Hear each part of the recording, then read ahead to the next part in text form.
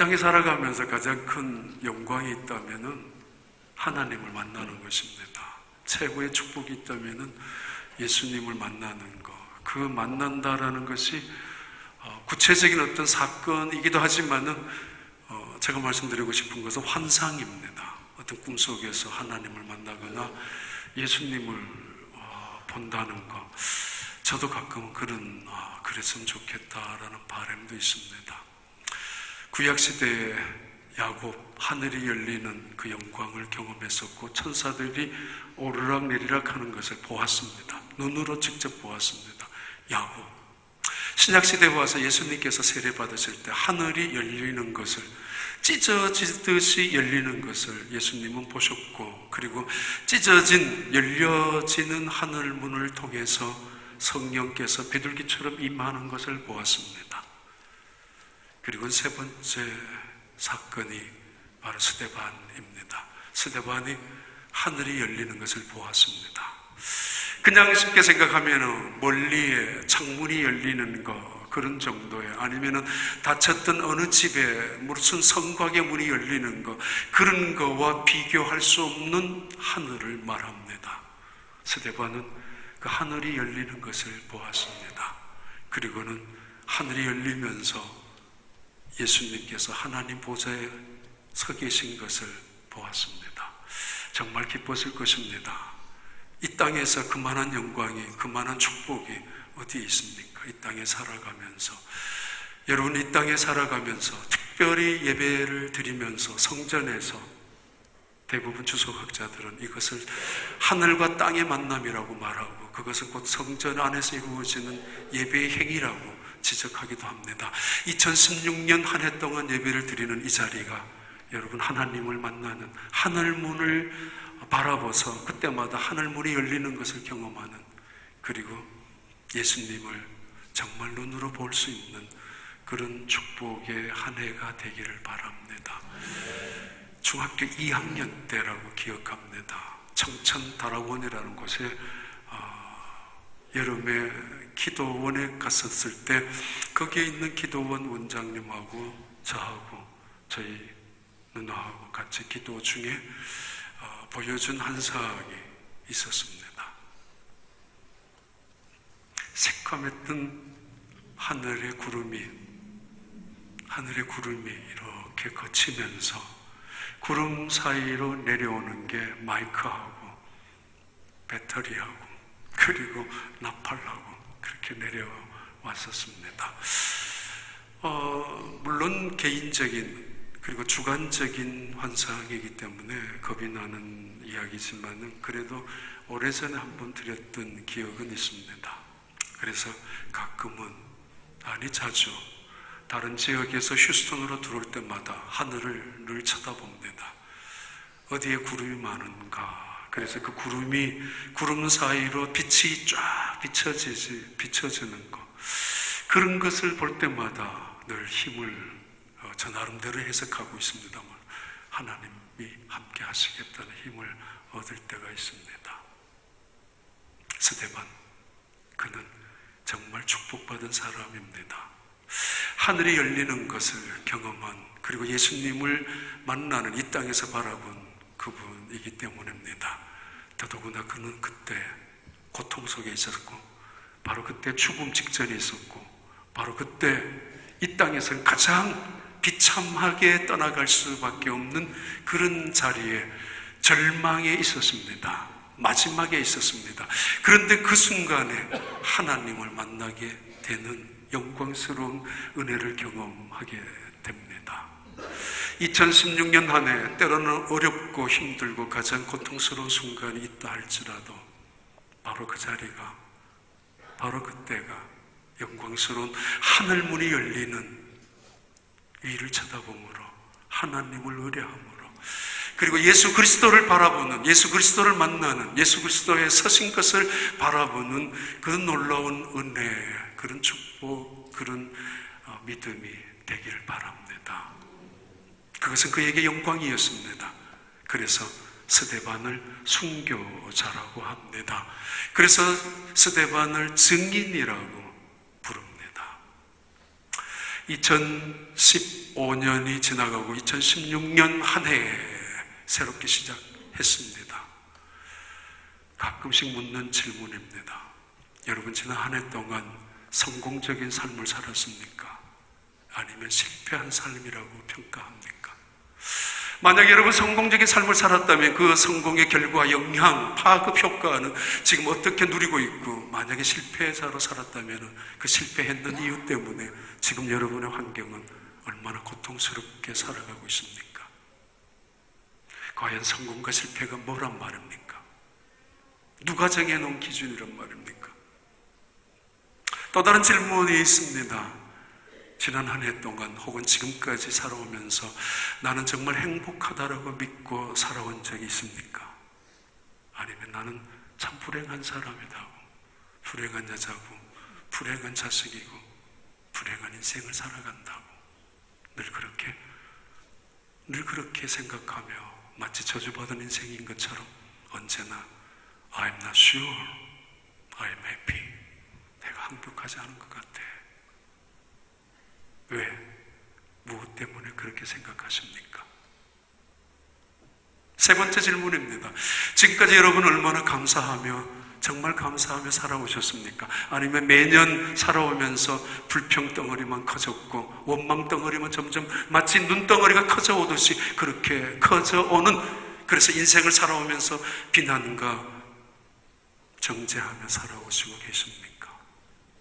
한 번도 난 내 인생이 하나님의 은혜야, 정말 감사하다고, 때로는 무릎을 꿇고 때로는 가슴이 뿌듯하고 때로는 눈물을 흘리며 나는 감사합니다 라고 해본 적이 언제 있었습니까? 왜 그렇습니까? 또 다른 네 번째 질문입니다. 여러분 지금까지 얼마나 사랑하며 살아오셨습니까? 아니면 원수가 더 많아졌습니까? 미움과 시기와 증오로 가득 차 있습니까? 두고 보라고, 나도 한번 보자고. 그래서 점점 살아가면서 편이 갈라지고, 점점 살아오면서 미운 사람만 많아지고, 꼴 보기 싫은 사람만 많아져서 가기 싫은 장소가 더 많아지는 인생입니까? 아니면은 내려놓고 떼놓고 불쌍하고 그래서 용서하고 또 용서하고 사랑하며 살아오고 계십니까? 얼마나 사랑했습니까? 아니면은 이기적인 인생으로 내 손에 움켜잡은 거 누군가가 뺏어갈까봐 벌벌 떨기나 하고, 내 손에 움켜잡은 건 반드시 내 몸에 걸쳐야 하고 내 입으로 집어넣어야 하고, 내 몸에 좋다면 온 세상 다 뒤집어 가더라도 먹고 살아야 된다고 생각하는 사람, 그런데 이웃을 위하여 무엇 하나 내놓은 것이 없는 인생을 살아오셨습니까? 그러진 않았을 거예요. 중요한 질문입니다.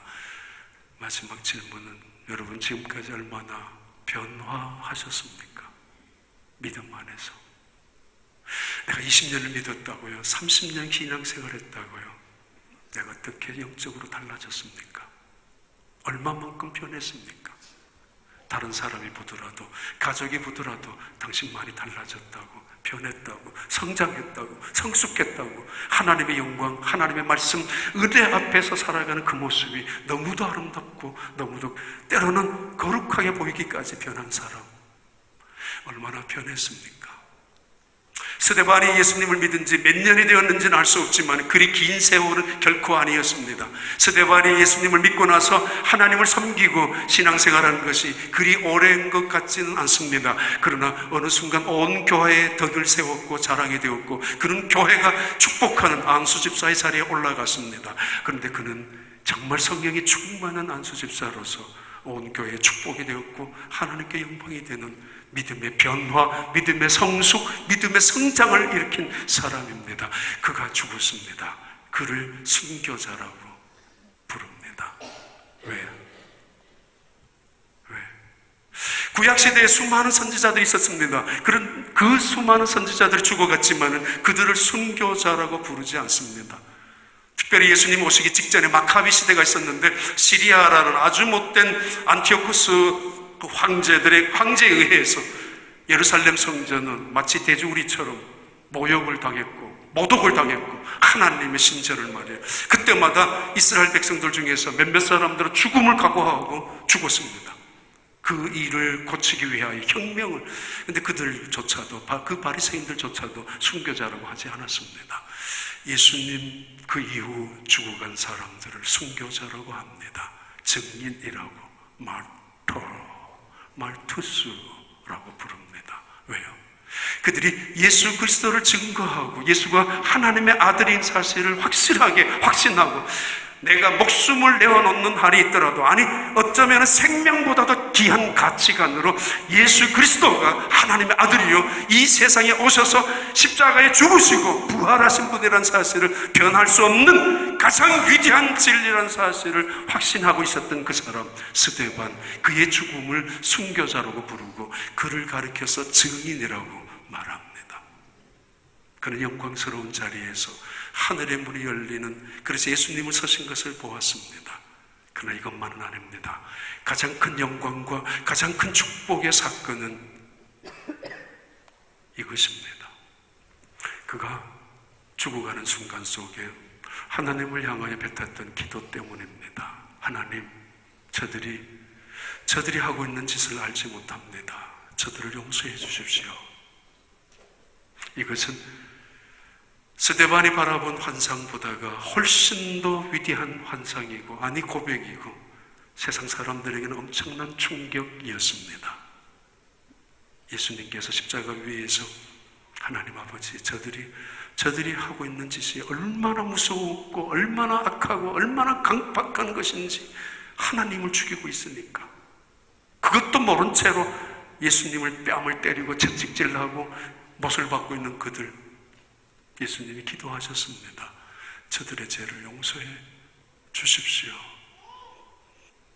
스데반이 기도합니다. 하나님, 저들의 죄를 용서해 주십시오. 이 충격 굉장한 것입니다. 그래서 그를 증인이라고 합니다. 그래서 그의 죽음을 순교자의 죽음이라고 합니다. 구약시대 선지자들이, 마카비 시대의 그 혁명가들이, 하나님을 살아가는 사람들이 죽어가면서 그들은 사실은 보복심으로 죽어갔습니다. 하나님, 저들을 심판하십시오. 하나님, 저들을 그냥 내버려두어서는 안 됩니다. 저들에게 하나님이 징계를 반드시 해주셔야 합니다 라고 죽었었던 그 사람들과 다르게 예수님 그리고 스데반은 저들의 죄를 용서해달라고 그렇게 죽어갔습니다. 2016년 또 다른 한 해, 우리가 살지 못한 한 해입니다. 많은 일들을 부딪힐 것이고 많은 사람들을 만날 것입니다. 어떻게 하실 것입니까? 감사하며 살아갈 것입니까? 불평할 것입니까? 사랑하며 용서할 것입니까? 아니면 미워하고 증오할 것입니까? 아니면 하나님 은혜 속에서 기뻐하며 순종하며 살아갈 것인가? 돌이 던져지는 아픔, 고통 속에서 뼈가 으스러지고 살점이 찢어지는, 피가 흘리는 속에서 그가 부르짖었던 기도입니다. 하나님, 저들의 죄를 용서해 달라고. 이것이 위대한 순교자의 고백이었습니다. 어떤 순간 속에서도 이번 한 해 마음 내려놓고 마음 비우고 사랑하며 용서하며 그래서 살아가는 여러분 되기를 바랍니다. 빨리 결론을 내립니다.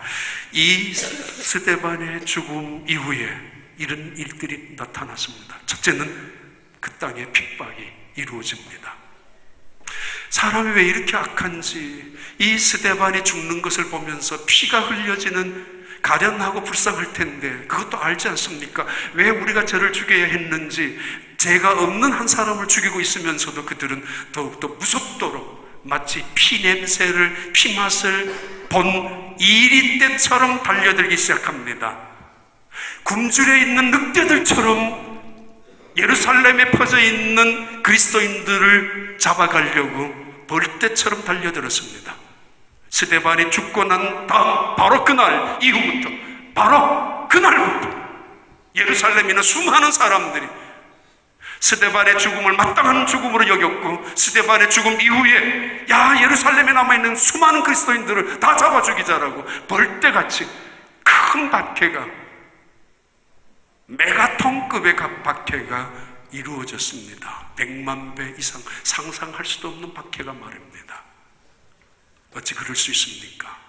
한 사람을 죽여놓고 회개해도 모자랄 판에 한 사람을 그렇게 비참하게 죽여놓고 무릎을 꿇고 하나님 앞에 용서를 구해도 모자랄 판에 그들의 이성은 마비가 되었고 그들의 무서운 감정은 극도로 자제할 수 없는 것으로 흥분되기 시작했었고 그리고 그들의 양심은 완전히 사라지고 말았습니다.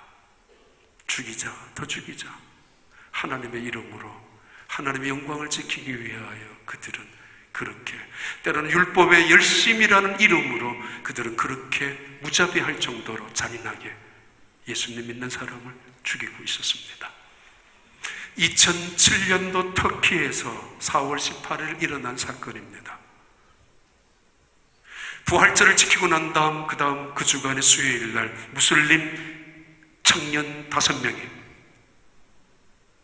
선교사님과 독일에서 온 틸만이라는 선교사님과 현지인 목사님과 전도사님 3명이 있는 그 자리 오피스에 기습처럼 뚫고 들어가서 그들을 고문했습니다. 나중에 죽고 나서 보았을 때 그들의 몸에 150개, 170개, 190개 정도 되는 그 칼자국이 남아 있었습니다. 이 5명의 무슬림들이 이 3사람을 칼로 3시간 동안 고문합니다. 코를 오려내고 눈을 빼내고 그리고 창자를 끄집어내어서 그 앞에서 도려내고 다른 사람한테 그 피를 들키고 떨쳐놓고 심지어 항문까지 찢어내는. 그런데도 이들은 예수님을 거절하지 않았습니다. 그때 살아야 되지 않습니까? 살아서 기회를 엿보아야 되지 않습니까? 살아서 더 많은 사람들에게 전도해야 되지 않겠습니까? 아니, 이 고통, 이렇게 비참하게 죽는 것도 하나님이 원하시지 않을 거라고 생각해서 오히려 그냥 안 믿겠다고, 나 무슬림으로 개종하겠다고 한마디쯤 해도 하나님은 이해할 수 있을 그런 상황의 3명은 끝까지 거절합니다. 결국 목이 참수당한 채 죽어갔는데 이 그는 3시간 동안에 그 큰 소리가 비명소리가 들렸는데도 주변의 사람들이 그냥 가만히 있었습니다. 나중에 경찰이 왔을 때 5명 중에 3명은 체포되고 1명은 도망가고 1명은 떨어져서 죽었습니다만은 왜 이렇게 3명은 끝까지 예수님을 부인하지 않았을까? 그들은 무엇을 보고 있었기 때문에 어떻게 이 박해 속에서 스데반 그는 그 박해가 무엇을 의미하는가를 압니다. 그 박해의 끝은 죽음이라는 걸 알았습니다. 그러나 그는 그대로 죽는 길로 택했습니다. 그래서 박해가 시작이 되었는데 무서울 정도로 박해가 8장 1절이죠. 그리고 이스라엘 그 예루살렘에 사는 사람들은 예수 믿는 사람들을 잔멸시키려고 이 잔멸은 멧돼지가 포도원에 들어가서 엉망진창으로 만드는 그런 상황을 의미합니다. 더 이상 일어날 수 없는, 더 이상 어디에서부터 손을 쓸 수 없을 조차로 만들어버리려고 하는 잔악한 행동을, 학살 행위를 그 예루살렘 사람들이 그리스도인들을 향하여 벌이고 있었습니다. 두 번째는 이 사건 이후에 예수 믿는 사람들은 흩어져야만 했습니다. 디아스페로라고 합니다. 이 단어에서 디아스포라라는 단어가 나옵니다. 농부가 손에 씨앗을 움켜잡고 뿌리는 행위를 말합니다. 농부가 손에 잡고 씨앗을 뿌리는 것은 그의 주권이고 그의 선택이고 그의 결정이고 그가 마음대로 하는 것입니다. 주인인 대신임이니까. 그러나 손에 잡혀있는 씨앗은 선택이나 어떤 결정권은 없습니다. 내가 여기에 가야 되겠다, 내가 여기에 이 땅이 좋다라는 것은 아닙니다. 그럼에도 하나님은 그 단어를 쓰고 있습니다. 능동적으로 하나님께서 그들을 흩어놓으시고 계십니다. 예루살렘 교회가 유대교회가 사마리아 교회가 안디옥과 온 땅끝까지 이르르는 교회, 복음 전파의 역사가 이 사도행전 8장에서부터 시작되어지고 있습니다. 누가는 바로 이 사실을 우리에게 언급합니다. 분명히 저들이 핍박을 해서 박해를 해서 예루살렘을 떠나야 할 수밖에 없는 그리스도인들이지만 이것은 결코 도피나 도망이 아니라는 것을 의미합니다. 하나님께서 하나님의 섭리에 의해서 그들을 손에 잡고서 보내주시고 심어주시는 역할을 말합니다. 세 번째 중요한 거 있습니다. 스데반의 죽음 이후에 큰 박해가 예루살렘에 이루어졌죠. 회개해야 하는데 두 번째 박해로 인하여 예루살렘에 있었던 교인들은 뿔뿔이 흩어지기 시작했습니다. 원망하면서 인생을 저주하면서 가슴을 치고 예수 믿은 거 후회하면서 떠나간 사람은 아무도 없었습니다. 흩어진 그 자리, 사도행전 1장 8절이 연결되는 그 자리고 사도행전 11장에 나오는 말씀과도 연결됩니다. 그들은 그 땅에서 복음을 전파하기 시작합니다. 내가 어쩌다가 이런 자리에 쫓겨왔지? 서러워서. 내가 어쩌다가 이런 사람과 만나서 살지? 고통스러워서 후회하며 인생을 마지못해서 억지로 죽지 못해서 바꿀 수도 없고 변화시킬 수도 없고 어쩔 수 없이 살아가는 사람들, 그게 아닙니다. 이들은 피신한 것이 아니라 도망간 것도 아니라 그 머물러 있는 자리에서 잠시 소나기 피할 때까지 지나갈 때까지 기다릴 수도 있었고 다시 기회를 기다릴 수 있었지만 그러나 그들은 그 자리에 사마리아로 가자마자 복음을 전파하기 시작합니다. 사도 바울이 말합니다. 나는 더 이상 향방 없는 사람처럼 살지 않겠다고, 목적 없는 인생을 살지 않겠다고. 그는 빌립보서 3장에서 그렇게 고백합니다. 내가 잡힌 바 된 것을 잡으려고. 자신의 의지와는 상관없이 그는 하나님의 사람이 되었고 자기의 선택과는 상관없이 이방인을 전파해야, 이방인에게 복음을 전파하는 사도로 부름을 받았습니다. 한 번도 상상조차 해본 적이 없었습니다. 자신이 예수 그리스도를 전파하는 복음의 사도, 예수 그리스도의 종이 될 줄은 몰랐습니다. 그는 다른 꿈이 있었고 다른 계획이 있었고 다른 비전이 있었습니다. 그런데 어느 날 하나님이 그를 찾아와서 사로잡았습니다. 수동적이죠. 피동적이죠. 노예적이죠. 그러면 종으로 살아가야 합니다. 내 뜻과는 상관없이 내가 종이 되었고 내 뜻과는 상관없이 노예로 살아왔다면 노예로 끌려오듯이 하도 저 사람 내 없으면 못 산다고 그래서 만나주고 결혼까지 해줬으니까 평생 그렇게 사는 사람, 노예처럼 사는 것이죠. 사도 바울은 내가 잡힌 바 된 그것을 잡으려고 쫓아간다라고. 더 이상 노예처럼, 더 이상 종처럼, 더 이상 머슴처럼, 아니 더 이상 상품처럼 살지 아니하고 이제는 남은 인생은 자원하며 내가 적극적으로 능동적으로 쫓아갈 것이라고. 잡힌 바 된 것을 잡으려고 쫓아가는 삶, 사도 바울이 우리에게 보여주는 삶입니다. 사도 바울 정도면은 마지못해서 억지로 내가 뭔 이 이방인의 종으로 살아갈 사람인 줄 알아? 나 괜찮은 인간이야. 너희들보다 훨씬 더 이런 말을 할 수 있는 사람입니다. 그래서 어쩔 수 없이 하나님께서 죽지 못해서 나를 이렇게 만들어 놓았으니까 나 죽지 못해서 하는 것 뿐이야. 어쩌다가 보니까 집사되고 어쩌다 보니까 케플로스 맞고 죽지 못해서 이런 일을 맡았지만은 그냥 한 해 동안 그냥 끝나는 날만 기다리고 살아갈 수 있는 사람들도 있을 것입니다. 그러나 이왕 이제는 자원하는 마음으로, 이제는 감사하는 마음으로, 이제는 기쁨으로, 순종하는 믿음으로 한 번쯤은 그런 인생을 살아가야 되지 않습니까? 끌려가듯이 쫓아가고 따라가고 피곤하고 무슨 효과가 있고 능력이 나타나고 무슨 거기에 하늘이 열리는 영광을 볼 수가 있겠습니까?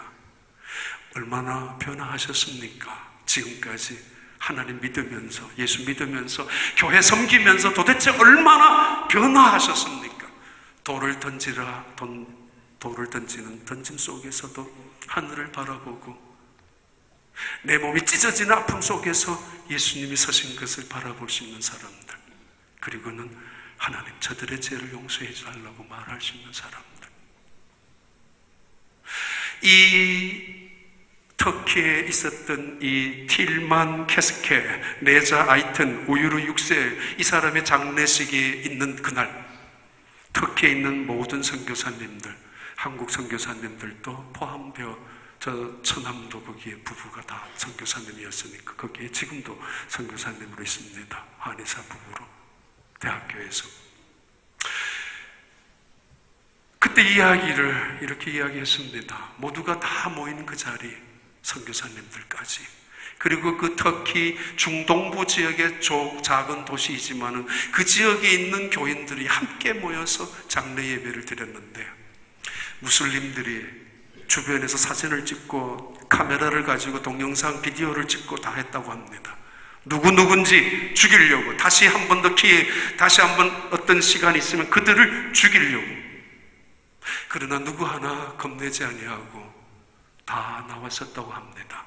그리고 터키의 기독교인 지도자들이 방송에 나가서 분명히 방송했다고 합니다. 우리는 예수 믿는 사람이니까 너희들 마음대로 하라고. 쉽지 않습니다. 틸만 캐스케 이 목사님, 선교사님의 와이프인 수산나, 그리고 3명의 아이들, 그들이 이렇게 사모님 이야기했었다고 합니다. 터키 사람들에게 나는 여러분을 사랑합니다. 우리 남편을 죽인 그렇게 무자비하게 196곳이나 칼을 가지고 살점을 찢어내고 뼈를 깎아내고 그리고 목구멍을 향해 찔러대는 그 앞에서도 예수님 거절 안 했던 내 남편, 그 무슬림들을 향하여 나는 저들을 용서할 것입니다. 용서합니다. 그것이 내 남편이 원했던 것이고 이것이 그리스도인의 모습이라고 생각하기 때문입니다. 그때 그들이 불렀던 찬양이 있습니다. 그게 우리가 자주 부르는, 그때 온 선교사님들 함께 이 시신을 관을 메고 그 광장을 돌면서, 무슬림들 앞에서 광장을 돌면서 불렀던 찬양이 바로 이것입니다. 주님 다시 오실 때까지. 주님 다시 오실 때까지 나는 이 길을 가리라. 좁은 문 좁은 길 나의 십자가 지고 나의 가는 이 길 끝에서 나는 주님을 보리라. 영광의 내 주님 나를 맞아주시리. 주님 다시 오실 때까지 나는 일어나 달려가리라. 주의 영광 온 땅 덮을 때 나는 일어나 노래하리. 내 사모하는 주님